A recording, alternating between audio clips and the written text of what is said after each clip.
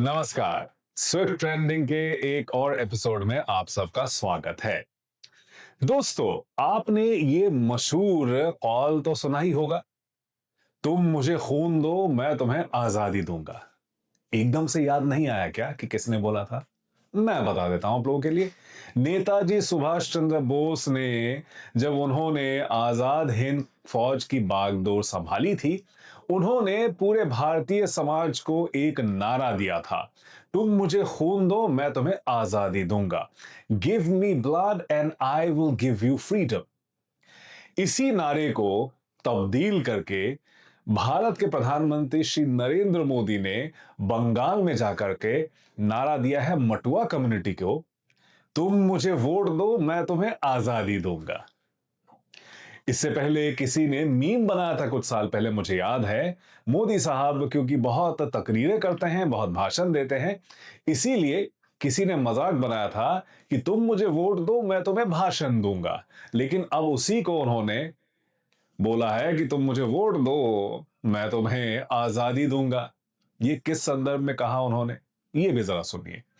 उन्होंने ये मटुआ समाज के लोगों को बोला है, जो ज्यादातर पूर्वी पाकिस्तान या बाद में जो बांग्लादेश बना वहां से आए थे, और बहुत लोगों को भारत की नागरिकता हासिल नहीं है। वो माइग्रेंट्स हैं और वो बंगाल में ज्यादातर रह रहे हैं।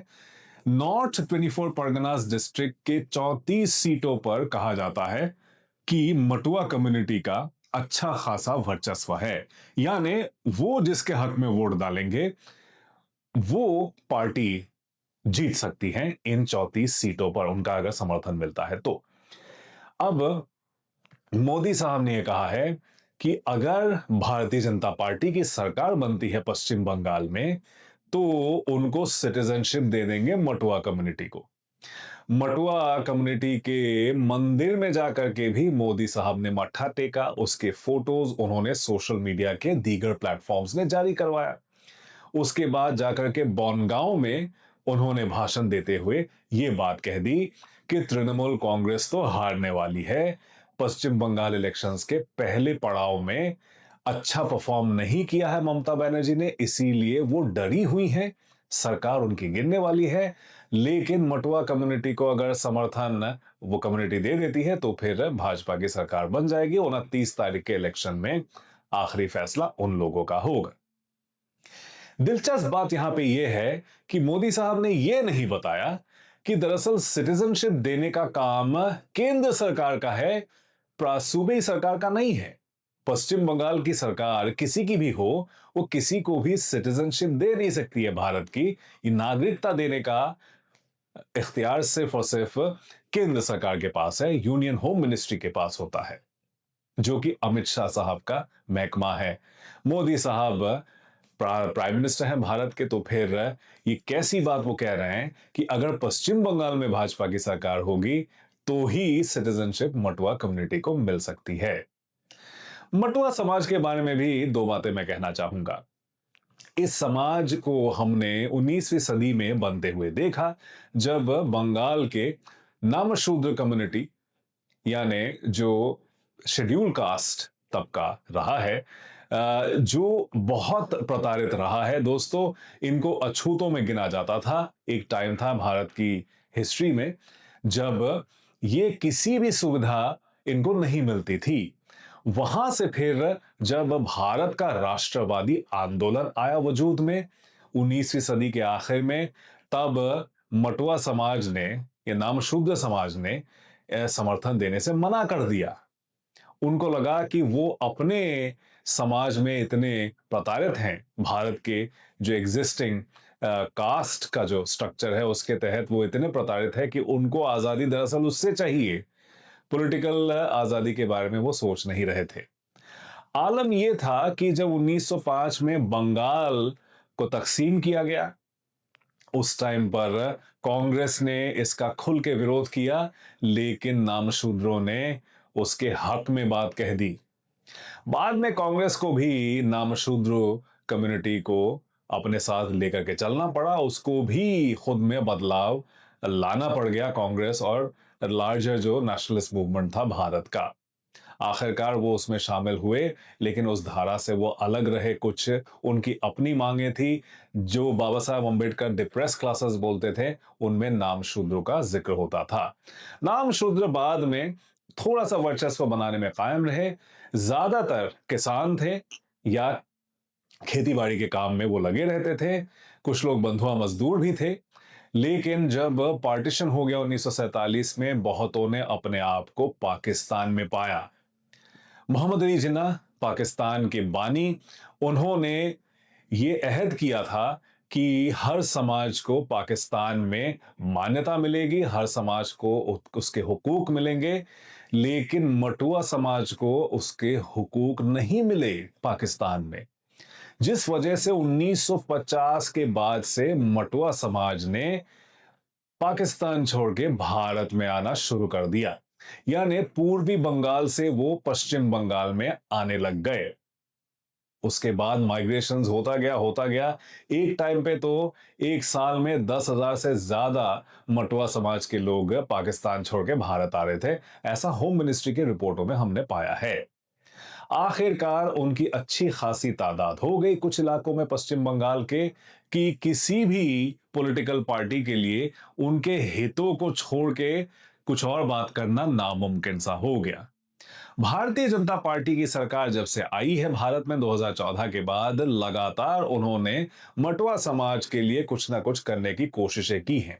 कम से कम ऐलान ही बहुत सारे किए हैं। अब मटुआ समाज को फुल सिटीजनशिप देने की बात हो रही है, जबकि उसी नॉर्थ 24 परगनास डिस्ट्रिक्ट में 3,25,000 लोगों का नाम कट गया है वोटर लिस्ट से SIR के चलते, जिनमें कई लोग मटुआ समाज के भी हैं।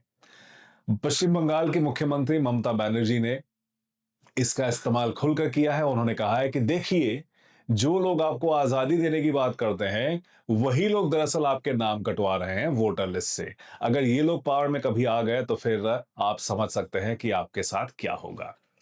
लेकिन यहां पर धर्म की राजनीति भी अहम है दोस्तों। मटुआ समाज के ज्यादातर लोग हिंदू हैं, नामशूद्र हैं, और हिंदुत्ववादी विचारधारा बहुत लोग उसको मानने लगे हैं। तो 2021 के चुनावों में बहुत नामशूद्रों ने भारतीय जनता पार्टी का समर्थन किया। भारतीय जनता पार्टी को काफी सीटें भी मिली वहां पर। 34 सीटों में से कितने मिले मटुआ समाज के समर्थन की वजह से, वो कहना तो थोड़ा सा मुश्किल है, लेकिन भाजपा ने अच्छा परफॉर्म किया। लेकिन आगे भी वो चाहते हैं कि और भी ज्यादा परफॉर्मेंस उनका बेहतर हो, इसीलिए ये बात मोदी साहब कह रहे हैं। लेकिन साथ ही साथ नरेंद्र मोदी, अमित शाह और बाकी भारतीय जनता पार्टी के लीडर पश्चिम बंगाल में घुसपैठिया घुसपैठिया बोले जा रहे हैं। वो घुसपैठिया राजनीति खेल रहे हैं। घुसपैठिया से उनकी मुराद है मुसलमान। जी हां, पश्चिम बंगाल के मुसलमानों के, बहुत से मुसलमानों के नाम कट गए हैं SIR रिविजन्स में। ये बात तो मीडिया में छप चुका है। लेकिन हर बार हिंदुओं को उनके दिलों में यह डर पैदा करना कि अगर हिंदुत्ववादी पार्टी को वोट नहीं दिया तो मुसलमान आ जाएंगे, उनके घर बार छीन लेंगे, उनके दौलत तक पर कब्जा जमा लेंगे। मोदी साहब ने ये राजस्थान में यह बात कही थी, आपके मंगलसूत्र तक ले लेंगे, दे दिए जाएंगे अगर कांग्रेस की सरकार बनी तो मुसलमानों को। यही डर दोबारा से बंगाल में हिंदुओं को दिखाया जा रहा है कि आप अगर वोट हमें नहीं देंगे तो मुसलमान आ जाएंगे, उनका राज चलेगा। एक बहुत ही अशोभनीय कार्टून भी बनाया है जिसके खिलाफ तृणमूल कांग्रेस ने एक्शन लिया है। बहुत ही अश्लील ममता बनर्जी का और मुसलमानों के साथ दिखा करके उनको जलील करने की कोशिश हुई है, जिस पर अब एक FIR भी दर्ज हो गया है। लेकिन ये घुसपैठ की राजनीति जो है लगातार खेली जा रही है। कितना असरदार होता है वो तो अभी देखना बाकी है, लेकिन बहुत सारे वोटर्स ऐसा लगता है कि प्रभावित हुए हैं इन सब बातों से। उनको वाकई में लगने लगा है कि कहीं से मुसलमानों की होड़ लग जाएगी भारत आने की और फिर वो माइनॉरिटी बन जाएंगे। यानी हिंदू खतरे में है वाली राजनीति शायद वेस्ट बंगाल में बहुत लोगों के दिमाग में असर कर रही है। लेकिन क्या ये वोटों में तब्दील हो पाएगा, ये देखना बाकी है। रिजल्ट्स आ ही जाएंगे 4 तारीख को मई के, और फिर हमें पता चलेगा। लेकिन 29 तारीख से पहले पहले ये एक बड़ा दांव भारतीय जनता पार्टी और नरेंद्र मोदी तक की तरफ से खेला गया है। दोस्तों, घुसपैठ की राजनीति का हवाला जो देते हैं वो जरा अमेरिका में भी नजर डालें, क्योंकि अमेरिका में डोनाल्ड ट्रंप साहब, जिन पर अभी व्हाइट हाउस कॉरेस्पॉन्डेंस डिनर में हमला हो गया जानलेवा, वो भी तो घुसपैठ की राजनीति खेल रहे हैं। वो भी तो कह रहे हैं कि अमेरिका में घुसपैठिए आ गए हैं। अभी पिछले हफ्ते ही उन्होंने भारतीय और चीनी मूल के लोगों पर हमला कर दिया, एक right wing podcaster Michael savage के पॉडकास्ट को शेयर करके। उससे पहले भी लेकिन लैटिन अमेरिकन, हिस्पैनिक मूल के लोग और मुसलमानों के खिलाफ काफी कुछ बोल चुके हैं डोनाल्ड ट्रंप। घुसपैठिए आ जाएंगे, आप माइनॉरिटी बन जाएंगे, जो कि माइकल सैवेज के पॉडकास्ट में भी बोला गया है कि हम लोगों को सेकंड रेट सिटीजन्स में तब्दील कर दिया गया है। हम लोगों से उनकी मुराद है श्वेत क्रिश्चियन नेशनलिस्ट लोग। उनको लगता है कि चीनी और भारतीय लोगों ने उनको सेकंड क्लास सिटीजन्स बना दिया है, जबकि भारतीय और चीनी लोग फर्स्ट क्लास सिटीजन्स बन गए हैं। यानी जो हिंदू खतरे में है कि राजनीति खेली जाती है, जहां हिंदू 80% है भारत में, 80% होने के बाद भी वो खतरे में रहता है, उसी तरह से अमेरिका में भी व्हाइट नेशनलिस्ट खतरे में है, जो कि मेजॉरिटी तबका है गोरों की, वो अब खतरे में पड़ गया है भारतीय और चीनियों से। क्या यही वजह है कि मोदी साहब और डोनाल्ड ट्रंप साहब में अच्छी दोस्ती है? दोनों एक दूसरे को अपना परम मित्र कहते हैं। क्या उनकी राजनीति एक जैसी है घुसपैठ की, इसीलिए ये दोस्ताना ताल्लुकात उनके दरमियान संभव हो पाए हैं? आप इस पे क्या राय रखते हैं? जरूर इस वीडियो के नीचे कमेंट रखिएगा। हमारे वीडियोस को लाइक और सब्सक्राइब करना ना भूलें और बिलाशुबा शेयर कीजिएगा।